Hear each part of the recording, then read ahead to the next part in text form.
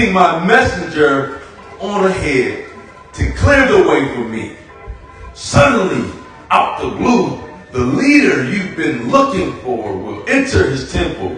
Yes, the messenger of the covenant, the one you've been waiting for. Look, he's on his way.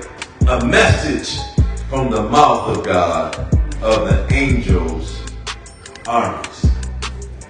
Now first, I want you to notice the distinction between messenger who prepares the way and messenger of the covenant.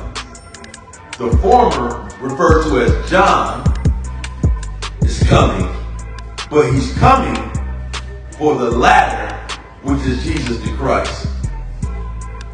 John, which name derives from the Hebrew term Jehovah is gracious. John the Baptist. John the cool, calm, collect, and some looked at as crazy one, whose name means in the Hebrew gracious.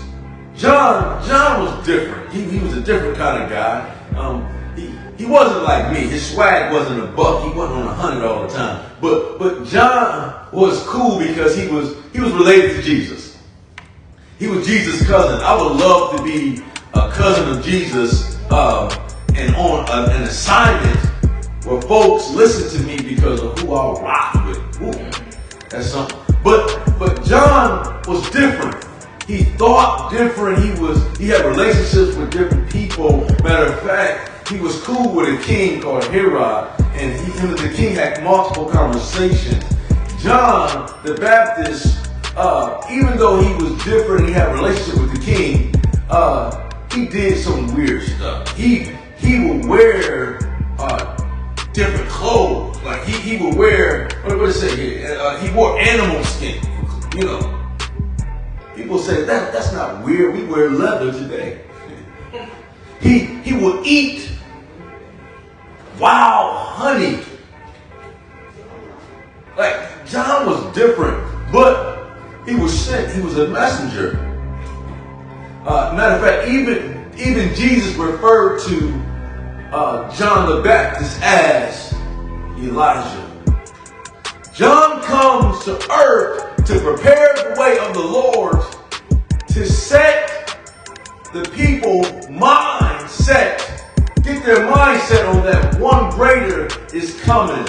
And I'm just a man that loves God. I'm just a man with a message. I'm just a man. A crazy man, no doubt, but I'm just a man. John is just a man related who has relationship with Jesus, who is in his bloodline. And he comes and he's doing all this work for Jesus, even to the point where he believed in Jesus. He believed in him to the point that he's even told people that, listen, you must be baptized. You must be born again. You must know this here Jesus that's coming. And then Jesus shows up and he baptizes Jesus. What an honor John the Baptist had to baptize Jesus. He goes to a guy he has multiple conversations with prior to, who's King Herod. And King Herod is a man in charge, a man in authority at that time. But this time he goes to him to correct him for something he done with his wife. And so King Herod looks like, hey, who are you to talk to me? Now, this is crazy because they had dialogue before. Talking, and at this time, King Herod looks at him and says, you know, who are you to say that to me? Who are you to come at me and tell me I have sinned or I've done wrong? I believe we all have something worth fighting for in this season. John the Baptist had something worth fighting for, but then he allowed fear, he allowed worry, he allowed doubt to sink in. Actually, he began to question who Jesus really was. Now, it's interesting to me that Jesus is John's cousin, and he does not show up to visit John in prison. And ultimately, a woman danced before King Herod, and he offers her whatever she wants, and she says, I want the head of John the Baptist. And so ultimately at the end, John the Baptist never sees Jesus. Jesus never comes to visit him, and he's beheaded. Has anyone ever asked that question? Where are you, Jesus? Where are you, Jesus? Jesus! Jesus, where are you? I need you. In my time of need, I need you to come see about my country. I need you to come see about my state. I need you to come see about my cousin, my sister, my brother. And you tell me through my servant that the blind see, the lame walk, and the deaf hear, and the dead rise. And I trust you, and you brought me to a place where now I'm beheaded.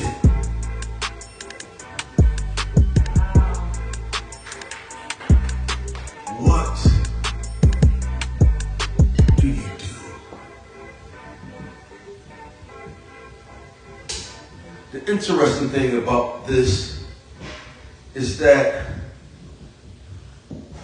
Jesus was in the same boat. Jesus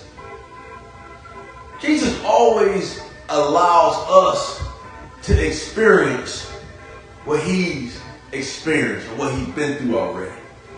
He gives us a preview of the movie before we get a chance to watch it. He gives us a preview. You know, we have faith, we believe, and we have this stuff.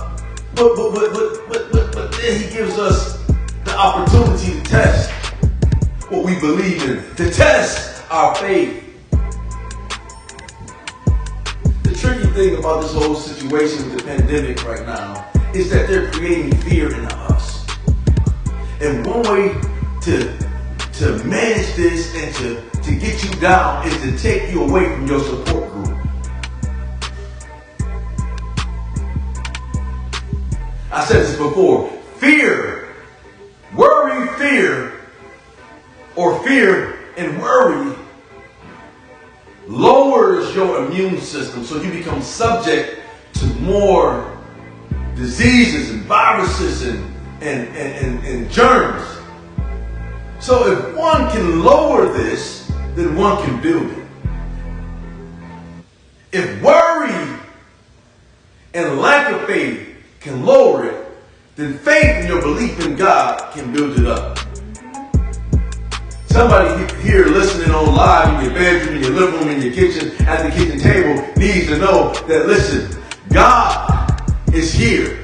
God is present, and he wants you to not worry, don't fear. Matter of fact, God has not given us the spirit of fear, but of power and sound mind. So whatever has you fearful, whatever you don't know, he said, trust in me. Trust me, I got you. I got you. Have a little talk with Jesus. He'll make it all right. That's what he told me when I was growing up. Have a little talk with Jesus.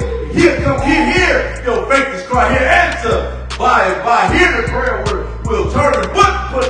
But the question remains is what do you do when God is silent? What do you do when God is silent and if he doesn't hear you? I'm having a little talk with Jesus. I'm talking to him, but he's not talking back to me.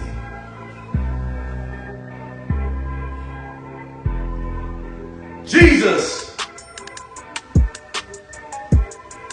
experienced this same situation. The interesting thing about this is that he says, Father, I commend my spirit back to your hands.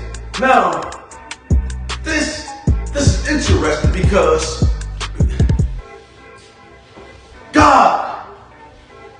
Jesus is talking to God and God is silent. But he commends his spirit to God.